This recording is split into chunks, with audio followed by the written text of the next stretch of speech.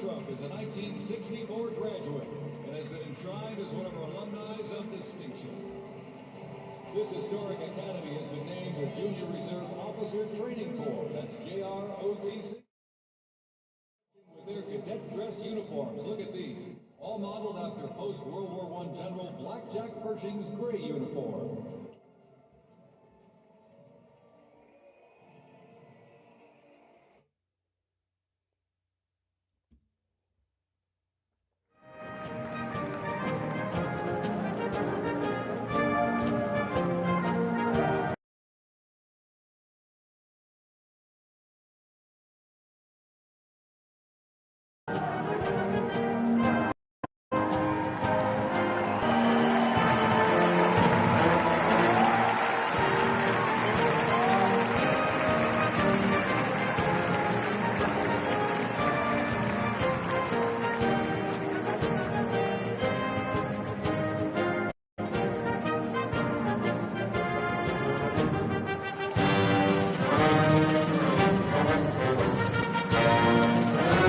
Introducing the Palm Beach Police and Fire Honor Guard unit, representing the town of Palm Beach, Florida.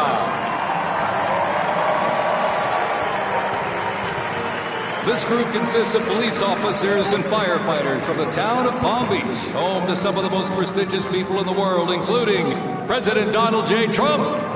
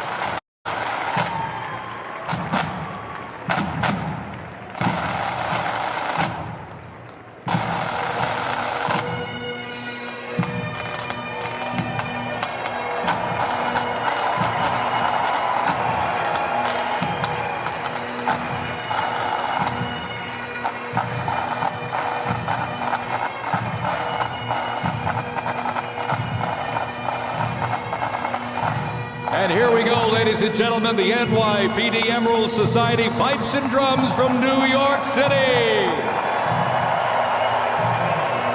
They have performed internationally in Ireland, Canada, Australia, Germany, and Switzerland. And as of this past December, the band has had the distinct honor to perform at the 75th commemoration of the attack on Pearl Harbor in Oahu, Hawaii. The band has also played for hospitalized children, military veterans, as well as the 1980 and 2005 presidential inaugural parades, and His Holiness Pope John Paul II. The NYPD Emerald Society Pipes and Drums formed way back in 1960. And you know, they are the oldest, largest police pipe band in the United States, comprised of all active and retired police officers of various ranks and assignments. Listen to those bagpipes. Let's hear it for it, folks.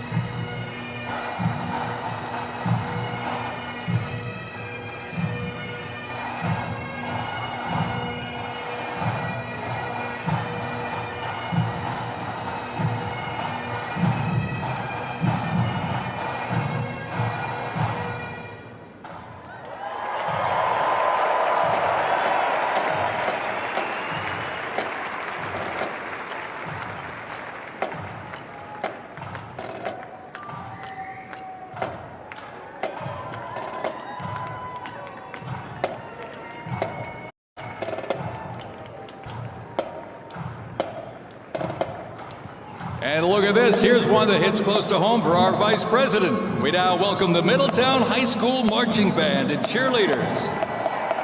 They're traveling all the way from Middletown, Ohio to proudly represent their school, our nation, and outstanding alumni, including our new Vice President of the United States, J.D. Vance.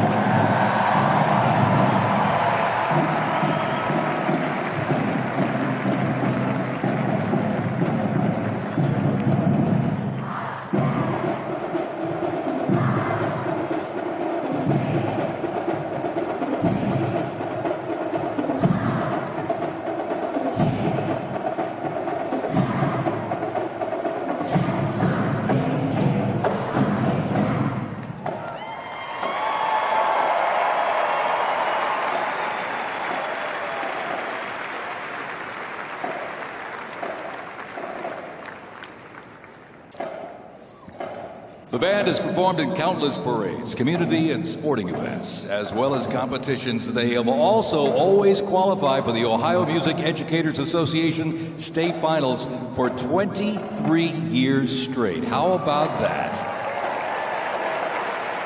And have earned the highest rating in 18 of those appearances.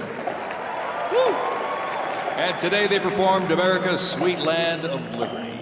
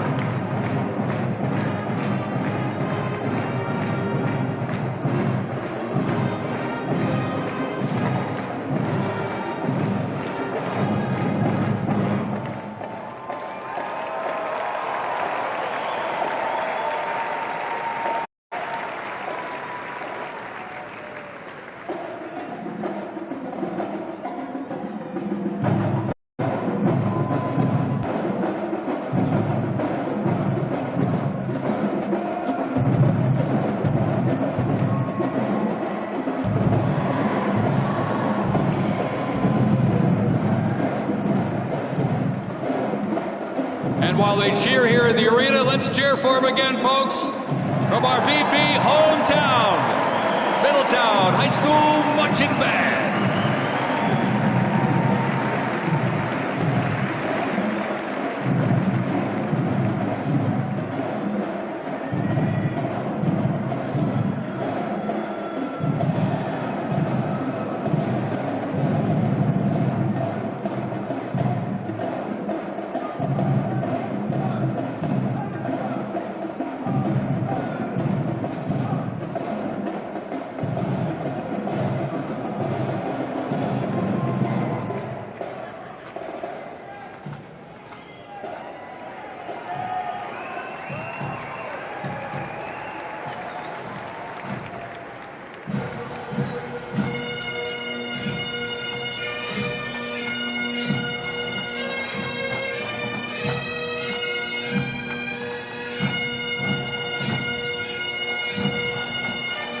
Ladies and gentlemen, entering the arena right now, traveling from Boca Raton, Florida, the Florida Firefighters Pipes and Drums. And they are well seasoned when it comes to civic events. They've played and participated in parades, memorials, and other ceremonial events across both the United States and Europe. Today, they are wearing their most notable uniforms. What a great photo opportunity. Consisting of the Glengarry headgear and kilts. And they are proud to honor their fallen brothers and sisters each and every day.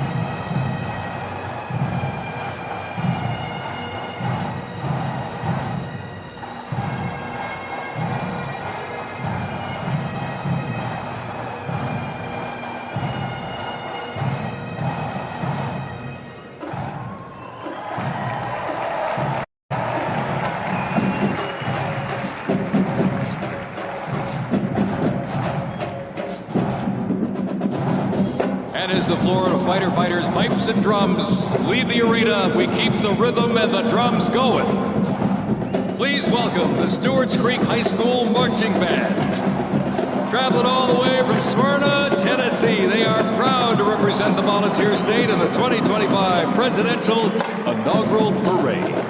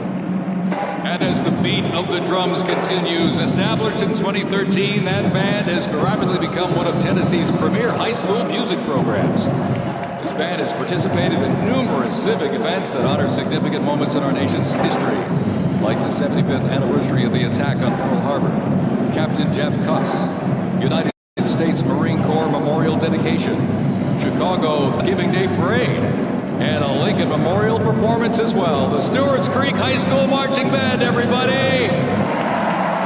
Make them feel welcome here in D.C.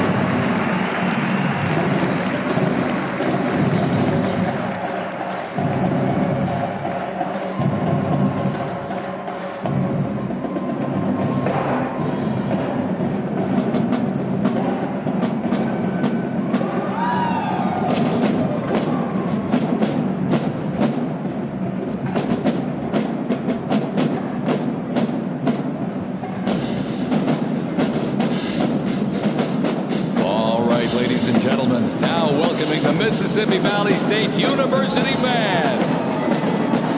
They're traveling all the way from Itabita, Mississippi. Look at this, gang. This is the Mean Green Marching Machine. They are proud to represent historically black colleges and universities at the 60th presidential inauguration.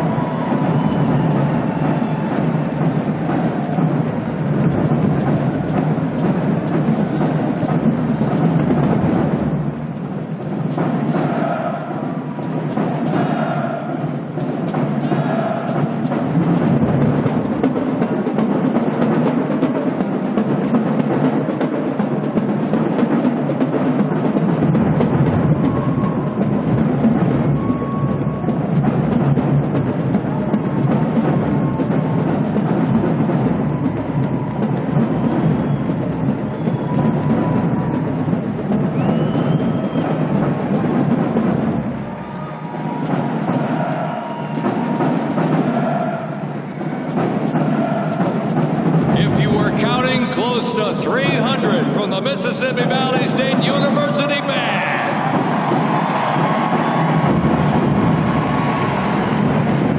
You know, since its founding, the band has consistently played a significant role at their university and across the United States. They have performed for athletic events, Mardi Gras parades, Rose Bowl parades, and many, many more.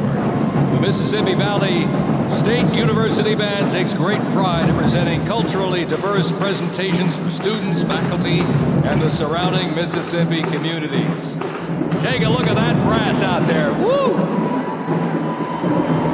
That's just part of the big green marching machine. The Mean Green Marching Machine from Itta, Mississippi, ladies and gentlemen.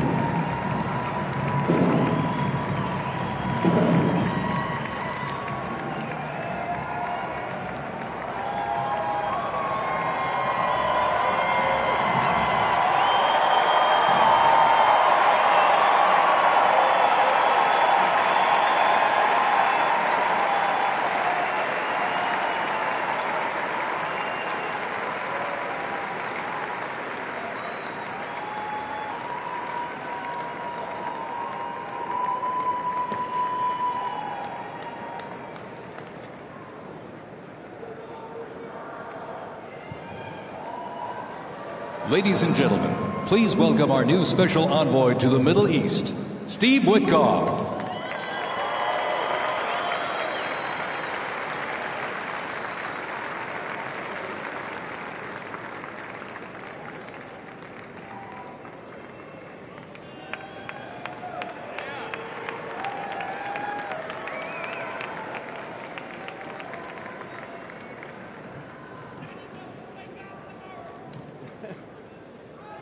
Good evening, everybody. I was appointed by President Trump to be the special envoy for peace in the Middle East.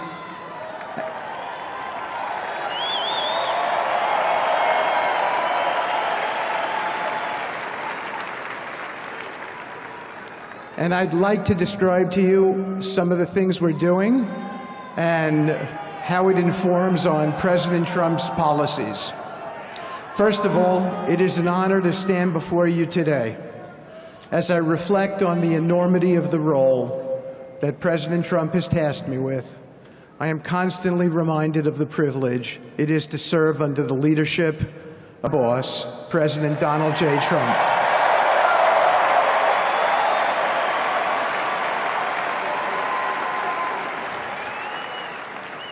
His presidency has provided a clear, bold vision for the Middle East, and it is this vision that guides every step I take in the mission. President Trump's leadership has redefined what is possible in the pursuit of progress and stability in the Middle East. His decisive, pragmatic approach ensures that even the most entrenched conflicts with fresh perspectives and innovative strategies. His policies have already delivered remarkable successes, such as yesterday's release of hostages in Gaza.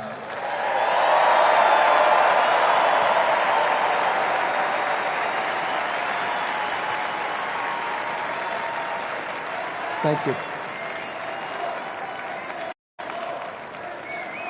This achievement demonstrates the strength of President Trump's leadership and the respect he commands on the global stage. It is yet another example of his ability to deliver results in the most complex and challenging situations. The Abraham Accords, a testament to his vision and determination, have also brought historic progress to the region, transforming old rivalries into new alliances. These agreements are not merely symbolic. They represent a practical roadmap for peace, economic cooperation, and mutual respect across nations. My role, as President Trump has tasked me, is straightforward yet profoundly challenging: to turn his vision into actionable outcomes. He sets the agenda, he lays the framework, and he inspires people like me into bold action. My responsibility is to implement his vision, engaging with leaders across the region to find pathways towards sustainable peace and stability. And let me tell you, having Donald Trump as a boss makes this task not only possible, but far more effective.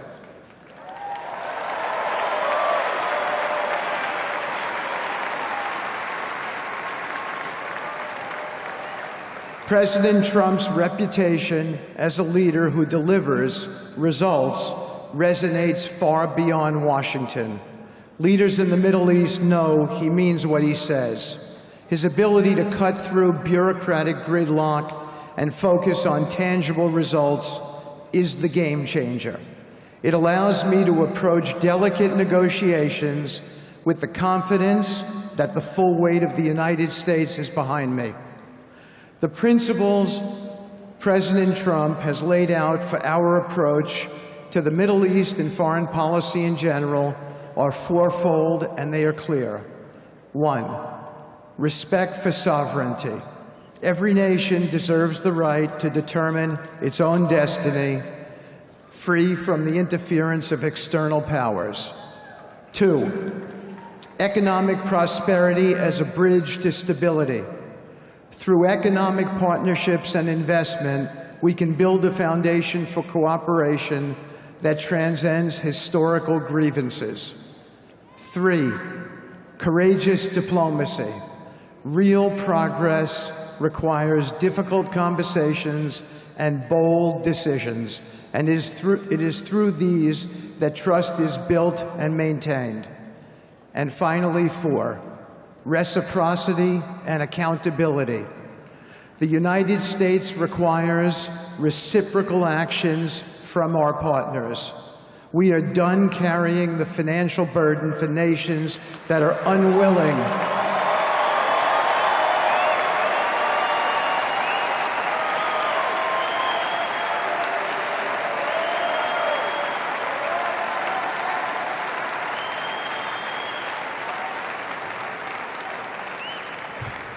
We are done carrying the financial burden for nations that are unwilling to fund their own progress.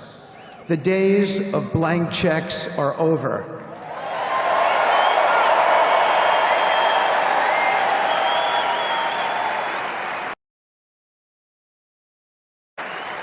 Partnerships under President Trump's leadership must be equitable, and contributions must reflect shared commitments to our goals. In my work, I've seen firsthand how these principles resonate. They provide a foundation that transcends politics and speaks to the shared humanity of all people in a region. Leaders across the Middle East recognize that this Trump administration is serious about results, not symbolic gestures, but real, meaningful progress that improves lives. Thank you.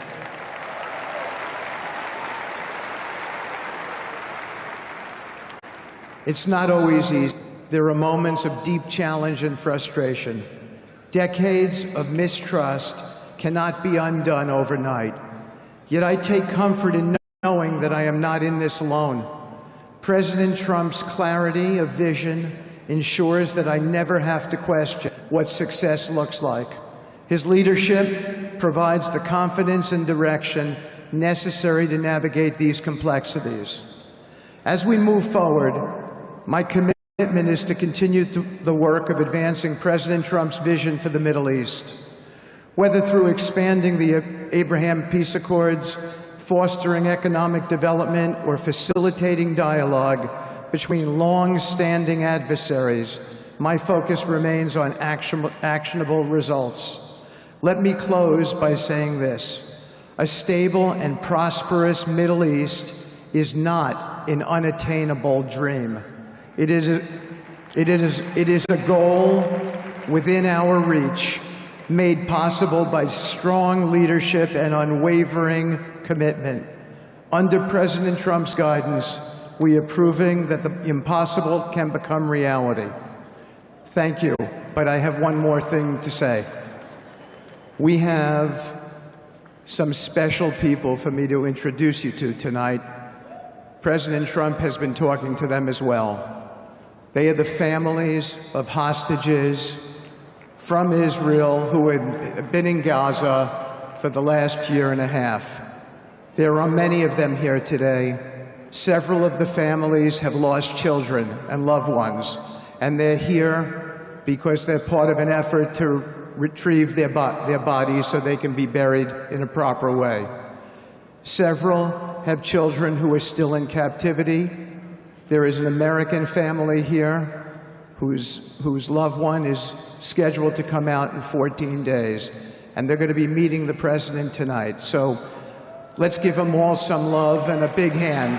Come on up.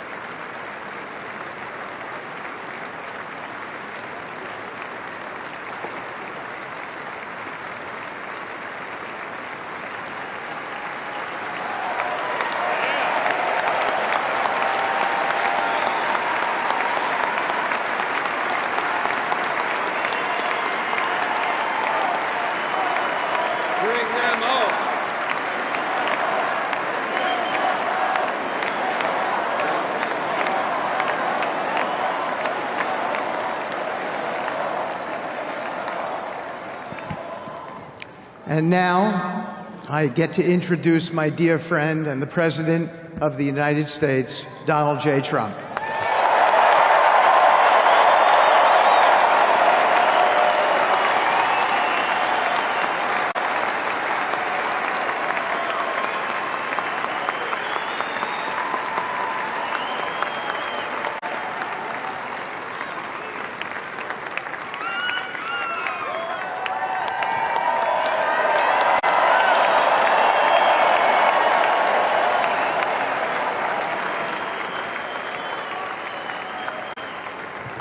Thank you very much, everybody. Appreciate it. Thank you.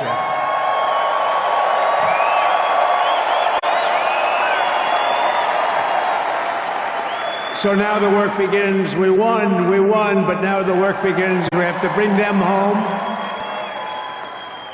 And, you know, tonight I'm going to be signing on the J6 hostages, pardons, to get them out. And as soon as I leave, I'm going to the Oval Office and we'll be signing pardons for a lot of people, a lot of people. And thank you to Steve Witkoff. He's a great guy, a friend of mine. He's been a very successful man. He's a great negotiator. He's a wonderful guy. People love him. And he's got a tremendous power of persuasion. And that's what we need. We don't need stiffs. We don't need stiffs. We got a lot of stiffs. You just had a whole load of them. And to the former hostages with us today, welcome. Welcome home. Some of the folks are former hostages. Not a good situation. The three young ladies that came home yesterday, you saw that. More coming home every day now. They come home. But they were hurt. They were hurt. One had her head blown off, fingers on her hand, and her hand indeed was blown off. She was trying to defend herself from a bullet being fired. You believe this? A bullet knocked off her hand. I don't know. You look at it, it's a disgrace. We never stopped praying for you, and we're so glad that you're reunited with your friends and families, and God bless you all. And some of them are just saying, no, my son is gone, but please just bring home his body. Right, Steve? Many of you have told me that your son is gone, but bring home his body. It should have never happened. 3 years, it's ridiculous. Should have never happened. Wouldn't have happened. I also want to express my tremendous gratitude to the hundreds of thousands of proud American patriots who came from all across the country to join us in this celebration. It's a celebration of a big win.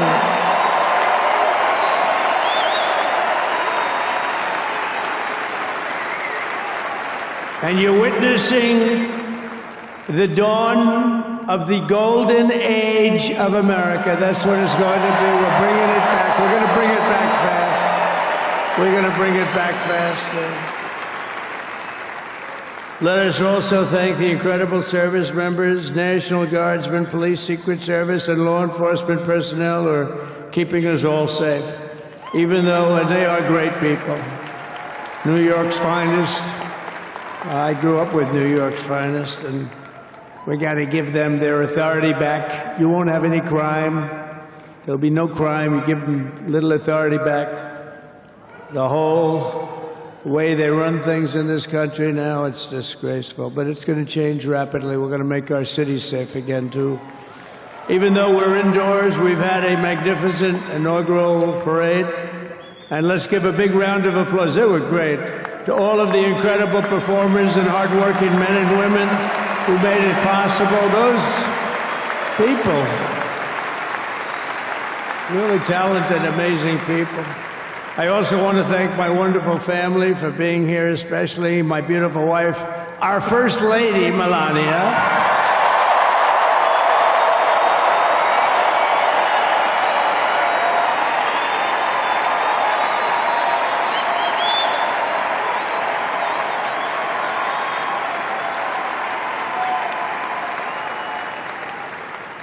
I love our First Lady. And also, J.D. How good has J.D. been? And his beautiful wife. Usha.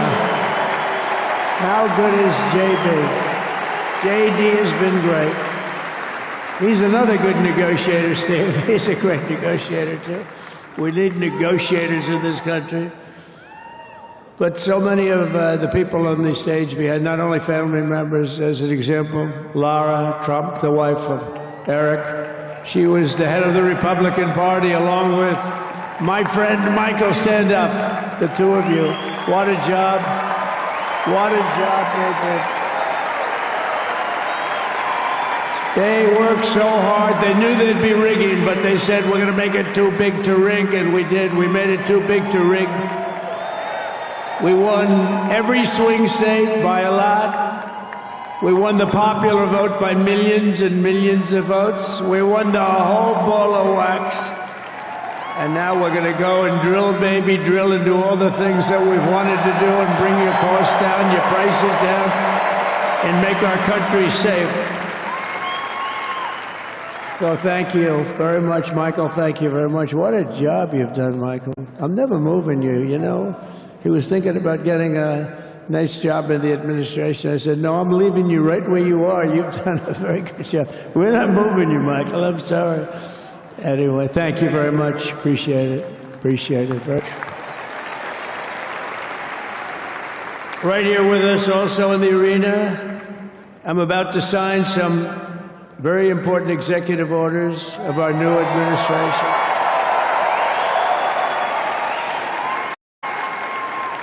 Hey, Don, will you stand up, please? Don is another one. How about Don? This guy.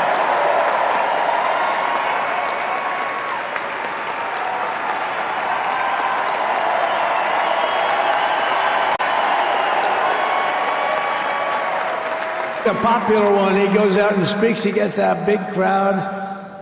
He's a little on the rough side sometimes, but that's what you want. He's done a fantastic job, and he loves our country. Thanks, Don. Great job. You've done a great job. And Ivanka.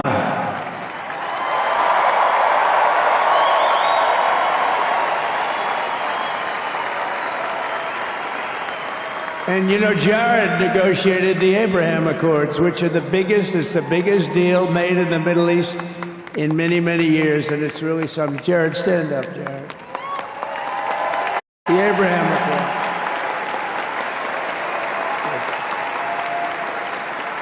And Tiffany's going to have a little baby. And Mark.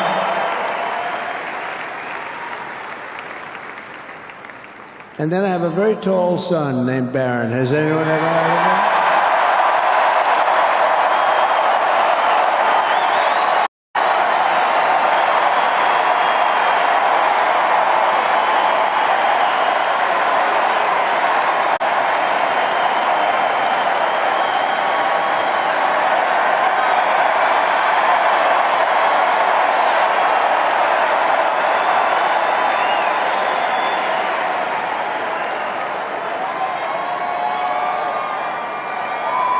Thank you.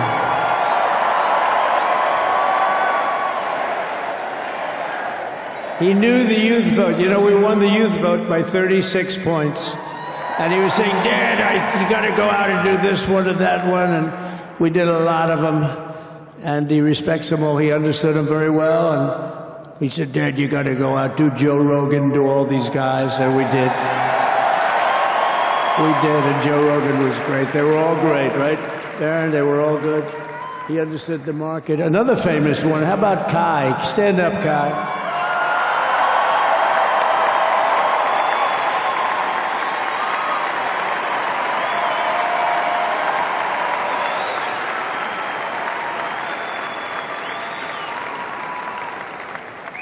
Is that Byron Donalds back there?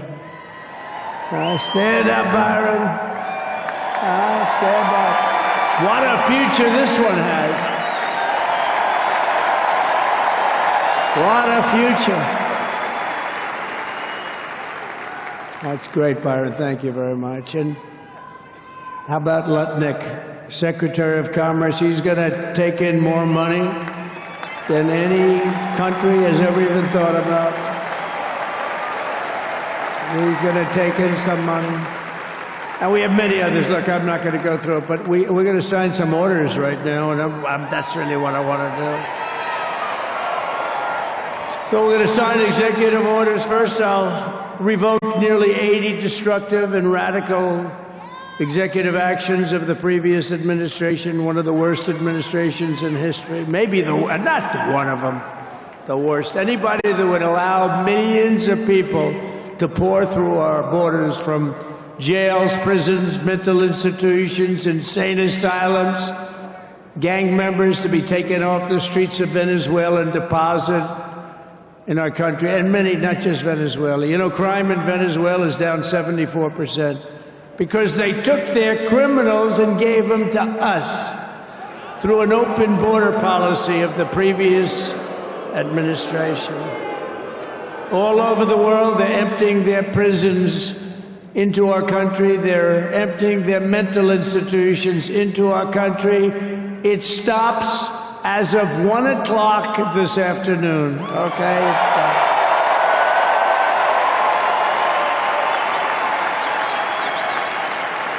So I'm revoking nearly 80 destructive, radical executive actions of the previous administration. They'll all be null and void within about, 5 minutes? Is that them over there? 5 minutes? And next, to gain immediate control of the vast federal, out-of-control bureaucracy, I will implement an immediate regulation freeze which will stop Biden bureaucrats from continuing to regulate. Most of those bureaucrats are being fired. They're gone.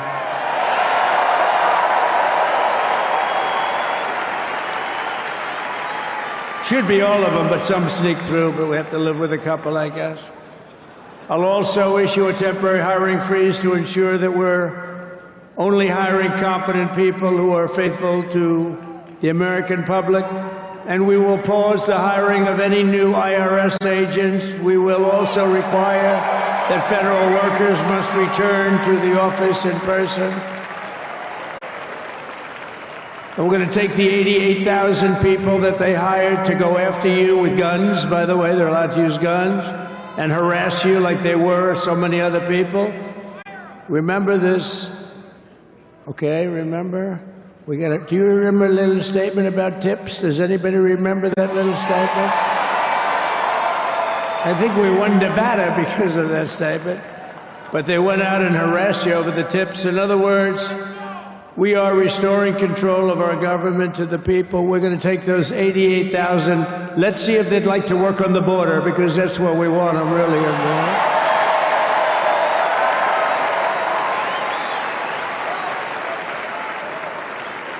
So we're going to have no tax on tips, right? No tax on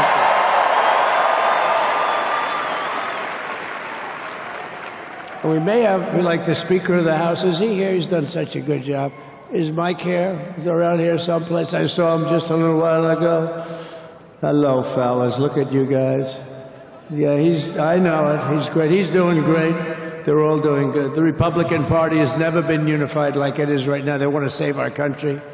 And we're going to more than save it. We're going to make it greater than it's ever been before by a lot. Next, I'm going to sign a presidential memorandum directing every member of my cabinet to marshal every power at their disposal to defeat inflation and rapidly bring down the cost of daily life, because your costs have gone through the roof in the last 4 years. Perhaps you didn't notice. Does anyone notice their costs are like double, triple, quadruple? You can't buy bacon. Apples have doubled in price. You want an apple, anybody? Pay twice what you did 2 years ago. We'll put more money in your pocket, and we'll bring back the American dream and to reduce energy costs and liberate our economy. So we have more oil and gas than any country in the world, and we're going to use it. We're not going to do the wind thing. Wind, big ugly windmills, they ruin your neighborhood, they ruin you. If you have a house that's near a windmill, guess what? Your house is worth less than half. And did you see up in New England with the whales? You see what's happening? So they had 2 whales killed in about 14 years. Last year and the year before, total, they had 28. So if you're into whales, you don't want windmills either. and they're the most expensive form of energy that you can have by far. And they're all made in China, by the way, practically all of them. And they kill your birds and they ruin your beautiful landscapes. But other than that, I think they're quite good, right? Now, remember when we used to joke and kid when we were kidding, but we don't kid anymore? They want to watch the debates on television. They want to watch your favorite president on television. But the wind isn't blowing, so we can't watch television that night, Gladys. Remember? Gladys, I'm sorry, the wind is just not blowing. We're not watching Trump tonight. But I'm immediately withdrawing from the unfair, one-sided Paris Climate Accord ripoff.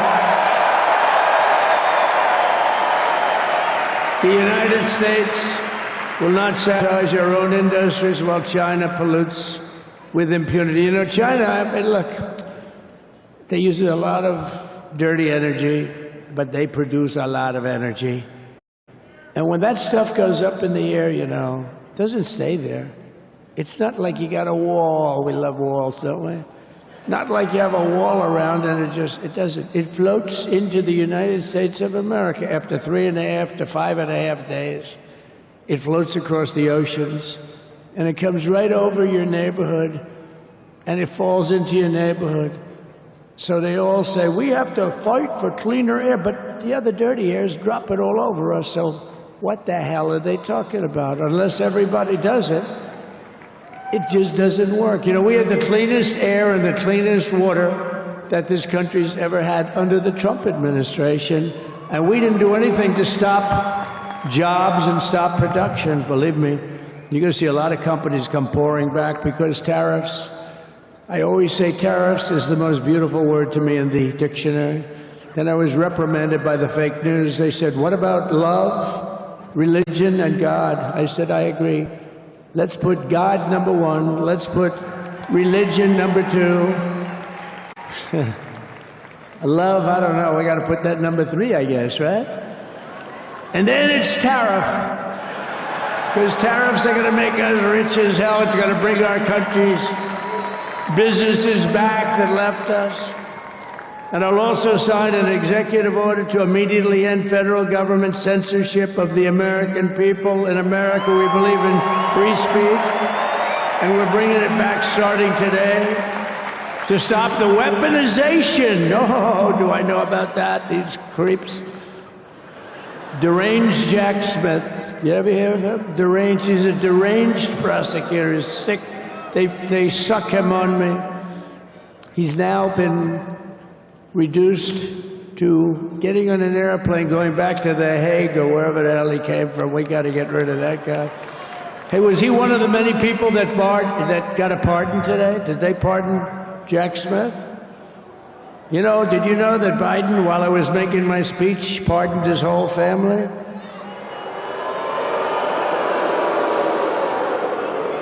The brother, the whole deal was pardoned. Can you imagine that? While I was making my speech. Did everybody hear my speech? Did you like my speech?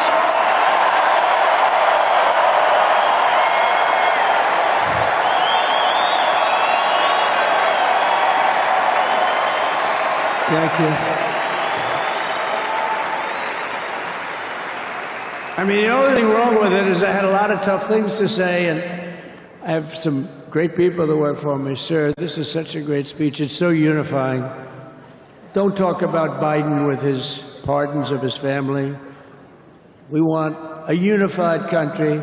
They said, don't talk about the J6 hostages that you're going to be releasing today. Sir, don't put that in your speech, please. I said, but I want to put it in my speech. They said, sir, it won't be unified like it is. It's so beautiful the way it is. And it is getting great reviews. You know, if I put things like that in, I'll get terrible reviews. One little paragraph that's a little bit wrong, the fake news goes crazy, right? So I said, all right, I won't put it in my speech, but you know what? I'm speaking in front of a hell of a lot of people. at a place called Capital One Arena, and I'll talk about it there. So we're going to be going over to the beautiful Oval Office, one of the great offices in history. Even if it wasn't beautiful, it's the Oval Office, but it is beautiful.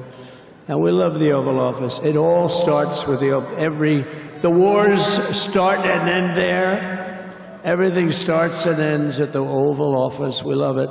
But we're going to go to the Oval Office. We're going to release our great hostages that didn't do, for the most part, they didn't do stuff wrong. You take a look at what went on, and look what happens in other parts of the country. In Portland, where they kill people, they destroy the city, nothing happens to them. In Seattle, where they took over a big chunk of the city, nothing happened. Minneapolis, where they burned down the city, nothing happened. Essentially nothing happened. All they want to do is go after the J6 hostages.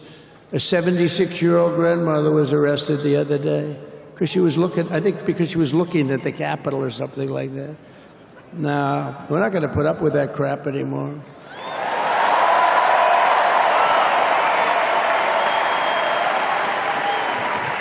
And to stop the weaponization of law enforcement, I've been investigated more than any human being in the world. I believe I have the all-time record. Every day a subpoena. Every single day with subpoenas. I was more than any person. Alphonse Capone, remember I used to talk about it? Now, Alphonse Capone, Scarface, he was a pretty rough guy. He was investigated about 1/100th what Trump was investigated. My father's looking down at me, my mother, how the hell did this happen? You know what it is? They investigated their political opponent, the opponent of Biden, and then ultimately Kamala. Has anyone ever heard of Kamala?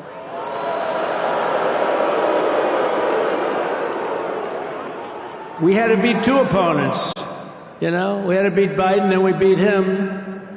Now he goes on top. The guy was like 39 points down. I think I could have beaten Trump. They should have left me and I would have beaten. No, his debate performance wasn't the best, right? That's what killed him. And then they had to change, and it's like you get into a fight. The great Dana White spoke last night. We love Dana White, right? UFC. That's like he puts in two fighters. One of them's getting creamed, getting really beaten, and they say, all right, take him out. Let's put somebody else in to finish up the fight. That's what they did to us. They gave us somebody new, but we took care of both of them. So we beat actually two opponents. But to stop the weaponization of law enforcement and our government, I will also sign an order directing every federal agency to preserve all records pertaining to political persecutions under the last administration, of which there were many, and beginning the process of exposing any and all abuses of power, even though he's pardoned many of these people. Can you believe it? He's pardoned them. You know why he did it while I was speaking? Because that way I couldn't speak about it. I was speaking. I didn't know he did it.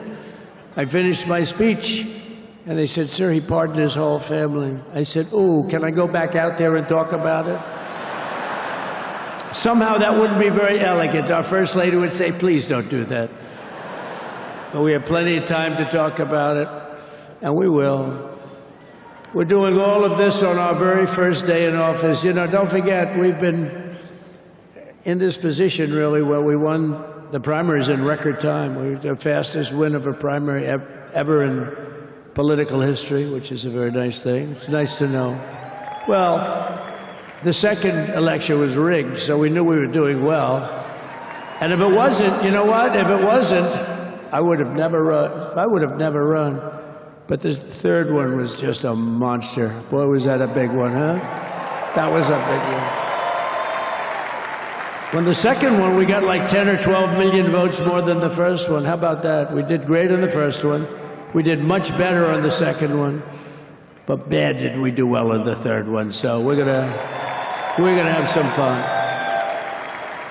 It's very simple. We're gonna make our country great. We're gonna make our country great again. We're gonna make America great again. How good a name is MAGA, though, right? You know? I was going to say, keep America great, but unfortunately it wasn't great. Can't say keep it great. It will be great again, but CAG, keep America great, CAG, I don't think it's ever going to replace MAGA. Does anybody like CAG? I don't think so. It's never replacing MAGA. Nothing will ever replace MAGA. MAGA was the most successful political operation, political movement in the history of our country, maybe in the history of the world. Let's see what happens. Because we're not finished yet. We're not finished yet. We got a long way to go. But we're doing this in the very first day in office, and in just a few moments, I'm not only signing the release of the J6 hostages, I'm signing other things that you're going to love. Oh, you're going to be happy reading newspapers tomorrow, and the next day, and the next day, and the next day. So I just want to thank, I mean, look at this place. It's full to the rafters. You don't have any. Look at those people up there. You don't have any empty seats. And by the way, the Capital One owners, they are so good. We got to root for their teams because they have been so great to MAGA, to us. And I just want to thank Ted and everybody. You guys have been fantastic. And the ice hockey team's doing great. Ovechkin's pretty good, right? They're doing great. So I want to thank them, Capital One arena owners. They have been absolutely fantastic. And thank you once again to everyone. And I can only tell you, you're going to be very happy. You're going to watch a lot of good things happen. We got to stop some wars that are happening and going on. Some stupid things are happening. The war with Ukraine would have never happened, and it has. As you know, Israel would have never been hit on October 7th, and none of you would be up here. None of you would even know anything about this tragedy that you're going through right now. But Iran was broke. Anybody that bought oil from Iran, they couldn't do any business with us. You're not going to do business with America. China passed, everybody passed. They were broke. They didn't have money for Hamas. They didn't have money for Hezbollah.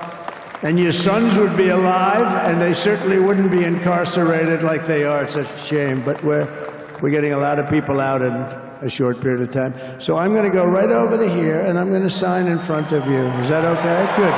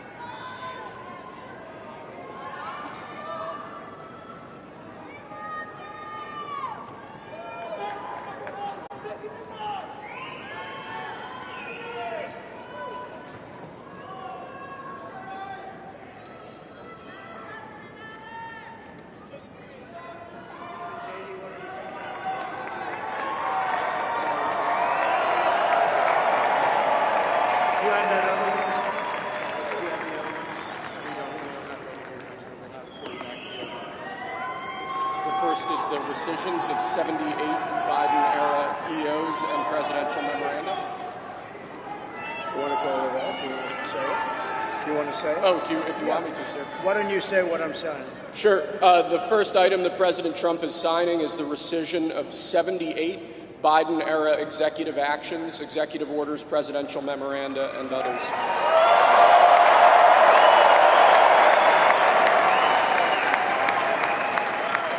Thank you, sir.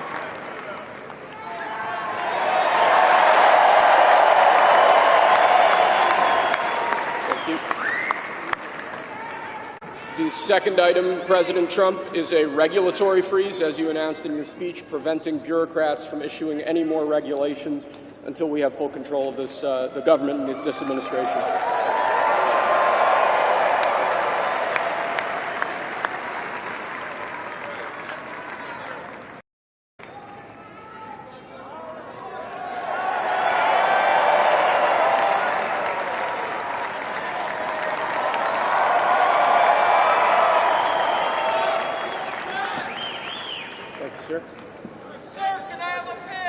The next item, sir, is a freeze on all federal hiring, excepting the military and a number of other excluded categories, again, until full control of the government is achieved and we understand the objectives of government going forward.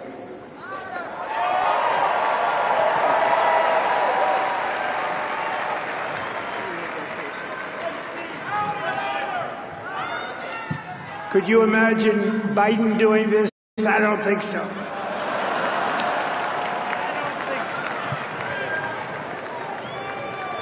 Sir, the next item, as you announced in your speech, is a requirement that federal workers return to full-time in-person work immediately.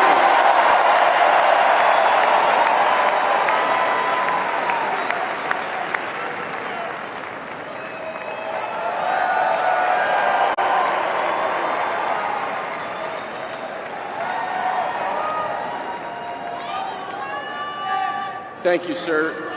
Next, we have a directive to every department and agency in the federal government to address the cost of living crisis that has cost Americans so dearly.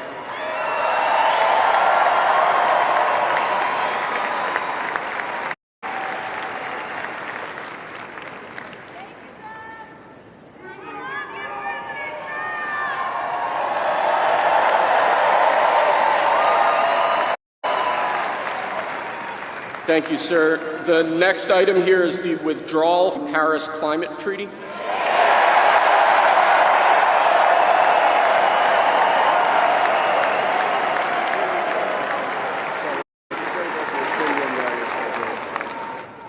Yes, sir.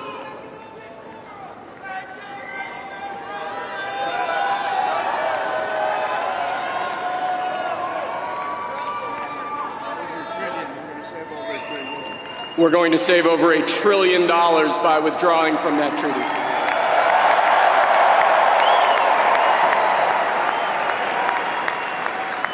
And the next item, sir, is a letter that will be transmitted to the United Nations explaining that we are withdrawing from the Paris Climate Treaty.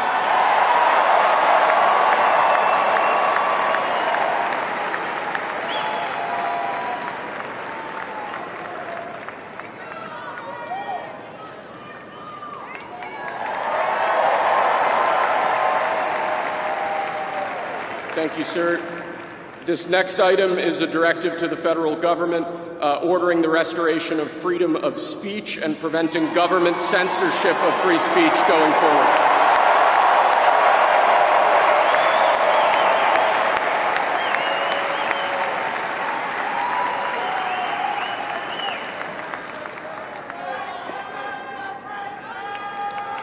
And lastly, sir, before we go back to the Oval Office to sign a large number of other items, is a directive to the federal government ending the weaponization of government against the political adversaries of the previous administration, as we've seen.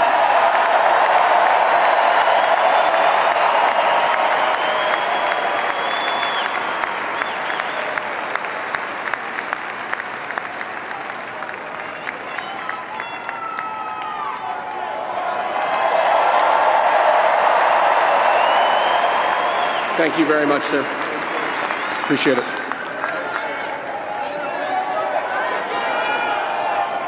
Pretty fun job.